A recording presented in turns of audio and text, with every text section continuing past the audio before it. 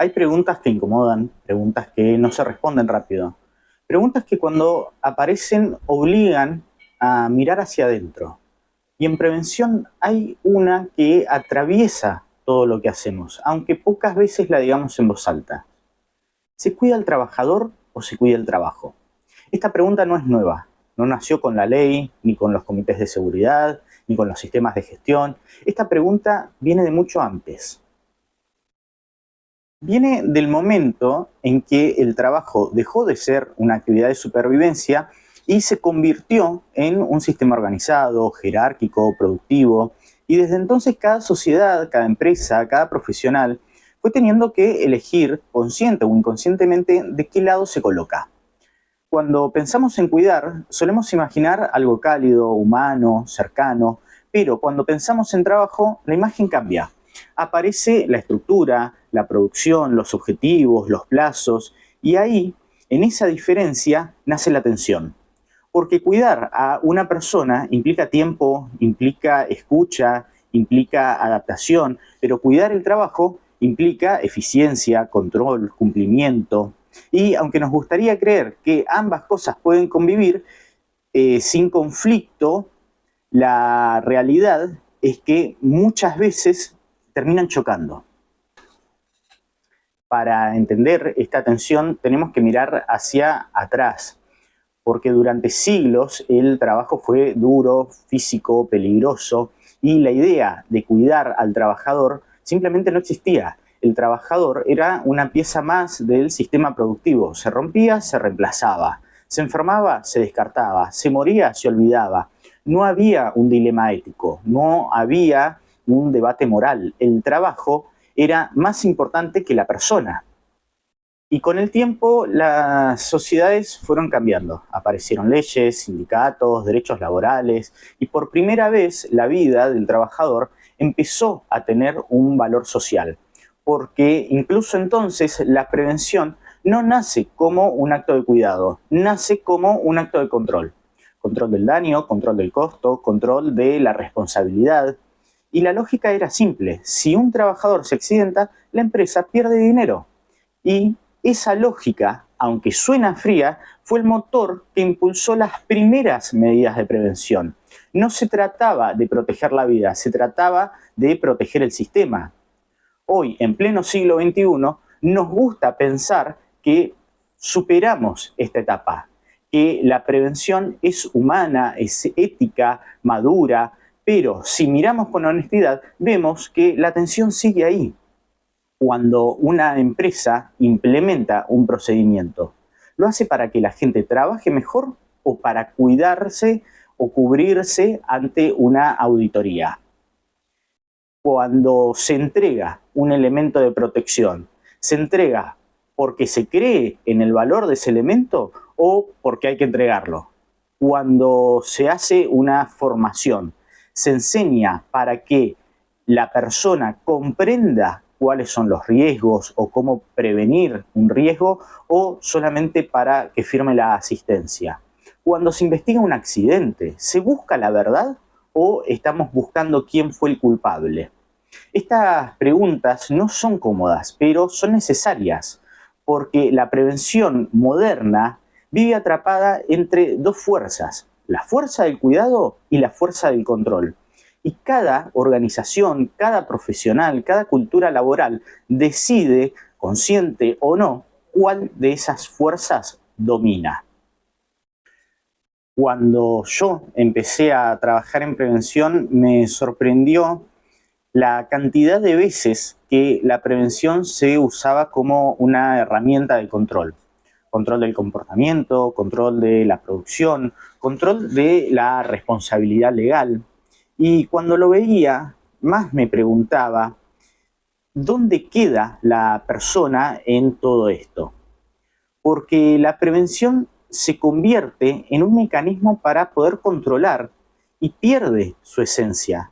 La prevención nació para proteger la vida y no para justificar los procesos. Y sin embargo, muchas veces lo que vemos termina siendo lo contrario. Pero también vi empresas que entienden que la prevención es cultura y no papel.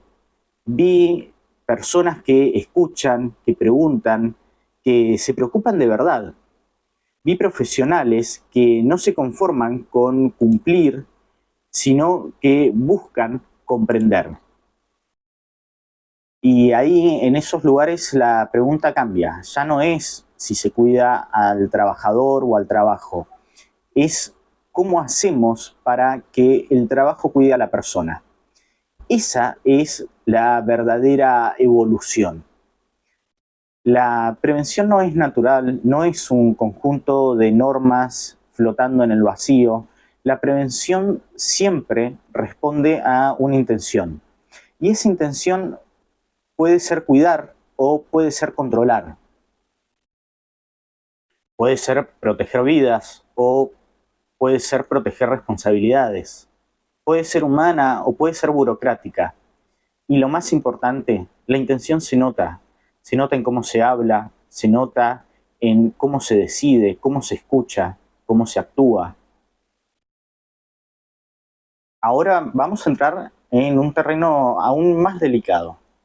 ¿Qué pasa cuando la prevención deja de ser cuidado y se convierte en control? Esta es una realidad que muchos profesionales conocen, aunque pocas veces se dice en voz alta, porque la prevención, en teoría, nació para proteger la vida, pero en la práctica muchas veces se usa para proteger el sistema. Y cuando esto ocurre, la prevención pierde su esencia. Empecemos por algo simple. ¿Qué significa controlar en el mundo del trabajo? Controlar es vigilar, controlar es medir, es exigir, es corregir, y ninguna de estas cosas es mala por sí misma. El problema aparece cuando el control se convierte en el objetivo principal, cuando la prevención deja de ser un puente entre la organización y las personas y se convierte en una herramienta para disciplinarlas. Pensemos en situaciones cotidianas. Una empresa implementa un procedimiento nuevo. ¿Cuál es la primera preocupación? Que la gente lo entienda, que tenga sentido para el trabajo real, que mejore la seguridad o que quede registrado, que se pueda demostrar en una auditoría, que haya evidencia documental. Muchas veces la respuesta es la segunda. Y ahí es donde empieza el problema. Porque cuando la prevención se convierte en un ejercicio de documentación, deja de ser un ejercicio de protección. Esto mismo ocurre con la formación.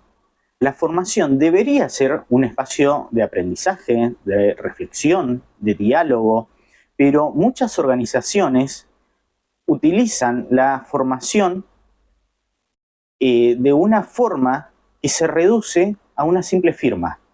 ¿Firmaste la asistencia? Esta frase es tan común y revela algo muy profundo. La prioridad no es que la persona aprenda, sino que la prioridad es que quede constancia. Y cuando la constancia vale más que el aprendizaje, la prevención deja de ser humana y se vuelve burocrática. Otro ejemplo son los elementos de protección individual. Estos equipos de protección son esenciales, pero muchas veces la entrega se convierte en un acto simbólico. Te doy esto y firma acá y ya está. No se explica cómo usarlo, si se verifica si es cómodo, se analiza si es adecuado para esa tarea que se va a realizar. A veces sí, pero muchas veces no, porque lo que importa no es el elemento de protección personal. Lo importante termina siendo la firma, el comprobante de que ese elemento se entregó. Y después está la investigación de accidentes. En teoría, investigar un accidente es una oportunidad para aprender, pero en la práctica muchas veces se convierte en la búsqueda del culpable. ¿Quién hizo mal las cosas? ¿Quién no siguió los procedimientos? ¿Quién no usó el elemento de protección personal? Y cuando la investigación se centra en la culpa, deja de centrarse en la causa. Y si no entendemos la causa, no podemos prevenir. Ahora, todo esto tiene un efecto profundo en la cultura laboral.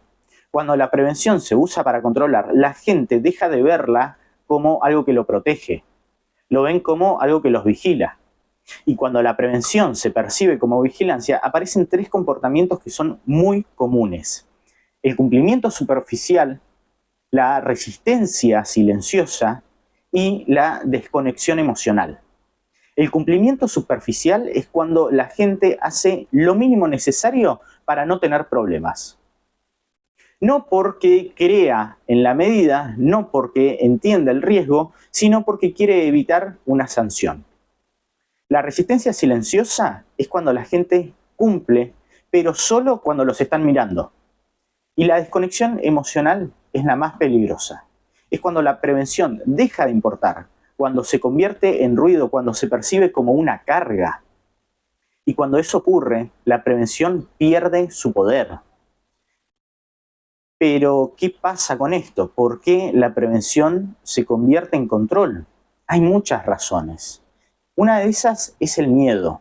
Miedo a las sanciones, miedo a las auditorías, miedo a la responsabilidad penal. Y cuando el miedo domina, la prevención se vuelve defensiva. Y una prevención defensiva siempre elige el control. La segunda razón es la presión productiva, cuando el objetivo principal es producir más rápido y más barato.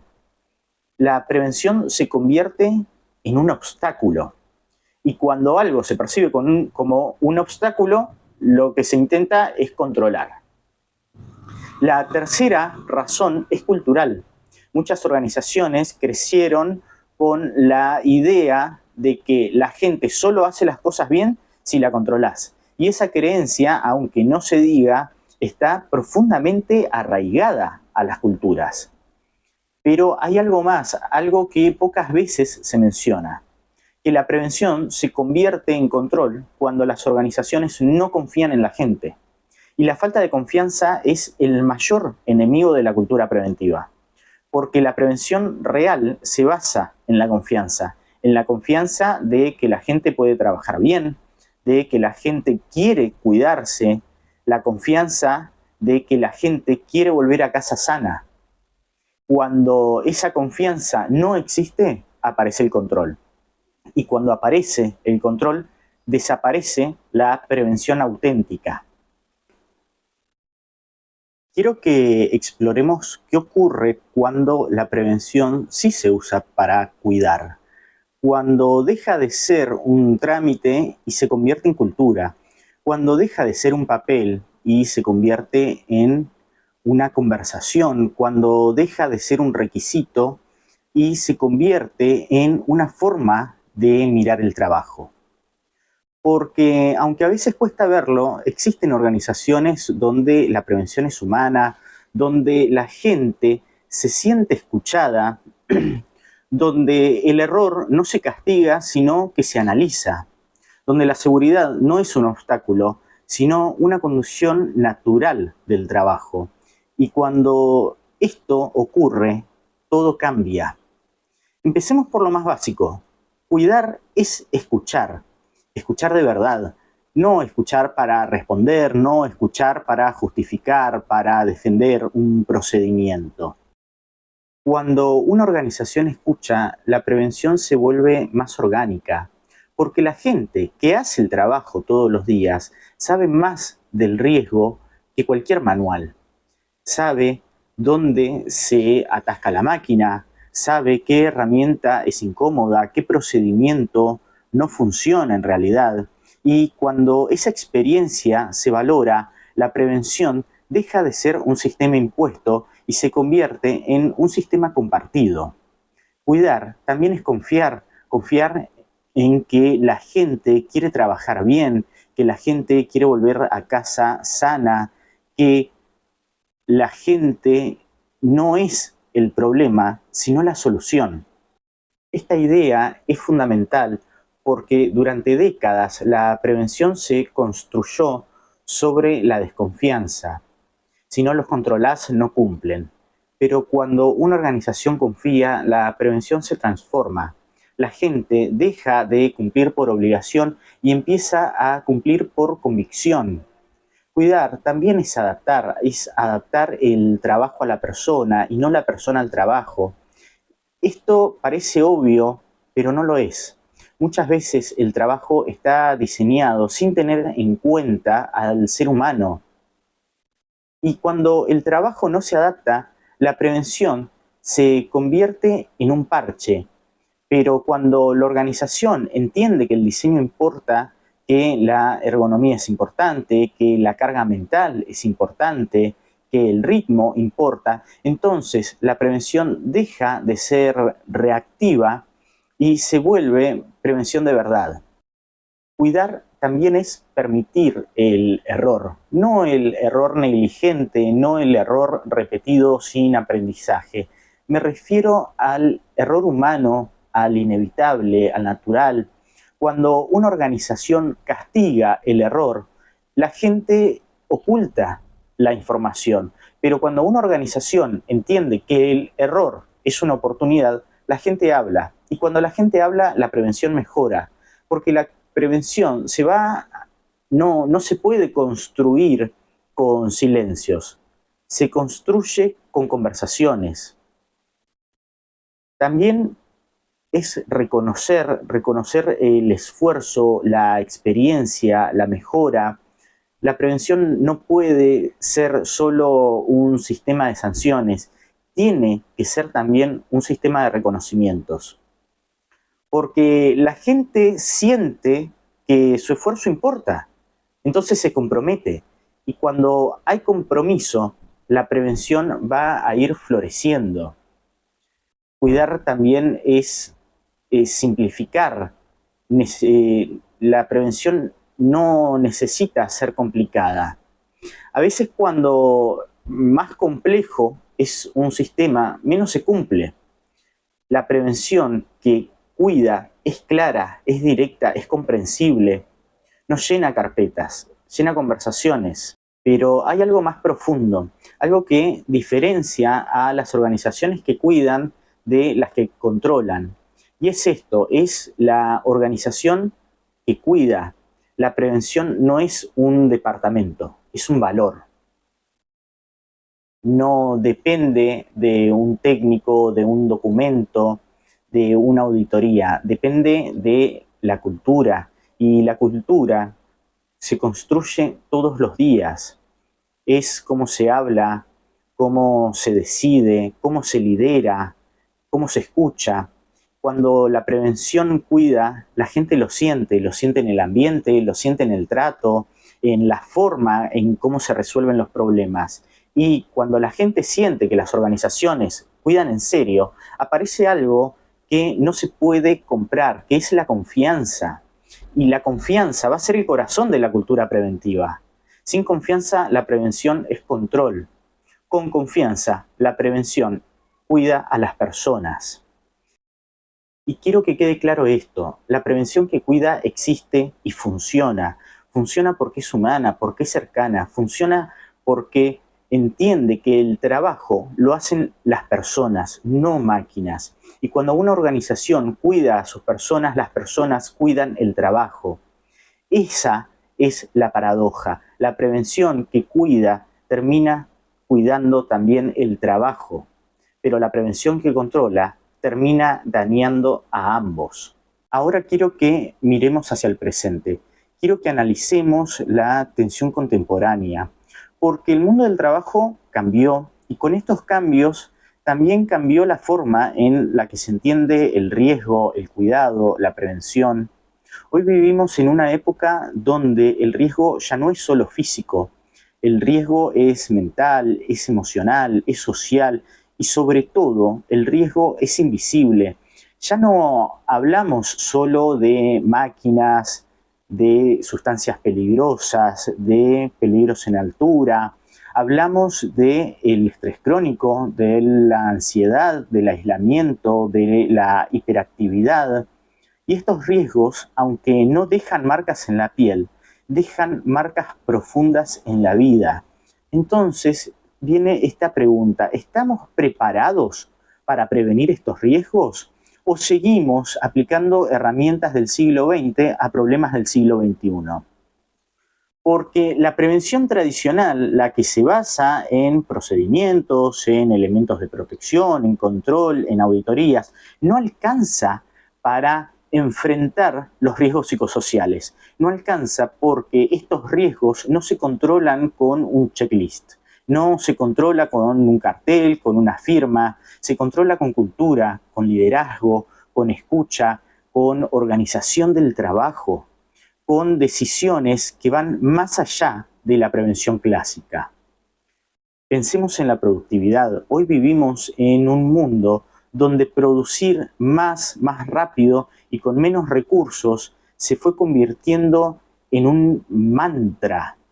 Y esa presión constante tiene un costo que no siempre se ve, un costo que no siempre se reconoce, un costo que muchas veces se normaliza.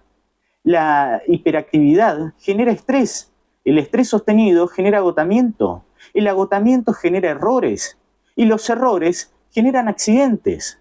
Pero cuando analizamos estos accidentes, rara vez vemos hacia arriba, rara vez nos preguntamos qué condiciones organizativas llevaron a esta situación. En cambio, buscamos la causa inmediata. No usó el elemento de protección, no siguió el procedimiento, no prestó atención. Pero detrás de cada causa inmediata hay una causa profunda. Y esa causa profunda casi siempre tiene que ver con la organización del trabajo.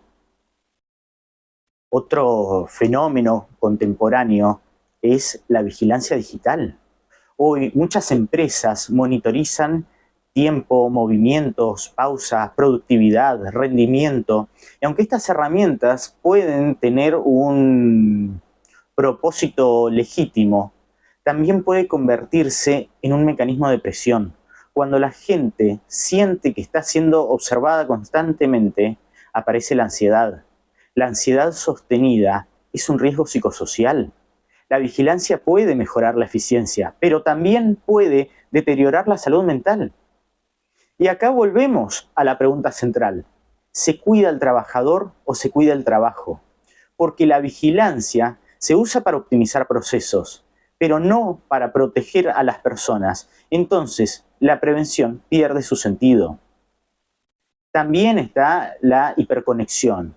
El trabajo no termina cuando se termina la jornada. Los correos llegan a cualquier hora, los mensajes se responden incluso en días libres. La línea de trabajo y la vida personal se está difuminando. Y esa difuminación tiene consecuencias. Consecuencias en el sueño, en la atención, en la salud mental, incluso en la vida familiar. Y sin embargo, muchas organizaciones siguen sin reconocer este riesgo, porque es un riesgo que no se ve. Y lo que no se ve muchas veces no se gestiona. En estos contextos, la prevención tiene un desafío enorme. Un desafío que no se resuelve con más normas o con más controles o con más burocracia. Es un desafío cultural, humano, un desafío ético. ¿Cómo cuidamos a las personas en un mundo que exige cada vez más? ¿Cómo protegemos la salud mental en un entorno que normaliza el estrés? ¿Cómo construimos cultura donde la prevención no sea un trámite, sino un valor? Estas preguntas no tienen respuestas simples, pero son las preguntas que van a definir el futuro de la prevención. Y ahí aparece algo fundamental. La prevención del siglo XXI no puede ser solo técnica, tiene que ser humana, tiene que entender la complejidad del trabajo moderno, reconocer que el riesgo no es solo físico. Hay que aceptar que la salud mental es parte de la salud laboral. Tenemos que asumir que la productividad no puede estar por encima de la dignidad y comprender que cuidar no es un acto aislado. Cuidar es cultura, es una forma de liderar. Cuidar es una forma incluso de organizar el trabajo. En este cierre del capítulo quiero dejar una reflexión. La prevención no es un sistema, no es un documento, no es un procedimiento. La prevención es una decisión ética, una decisión cultural, una decisión humana. Y cada organización, cada líder, cada profesional decide, consciente o inconscientemente, qué tipo de prevención quiere construir. Una prevención que controla o una prevención que cuida. Una prevención que vigila o una prevención que escucha. En el próximo capítulo vamos a entrar en un terreno que es fascinante: la conducta humana frente al riesgo. ¿Por qué hacemos lo que hacemos? ¿Por qué a veces nos cuidamos y a veces no? ¿Por qué repetimos errores? ¿Por qué subestimamos el peligro? ¿Y cómo todo esto influye en la prevención? Porque para entender la prevención, primero tenemos que entender al ser humano. Y ese va a ser nuestro próximo viaje.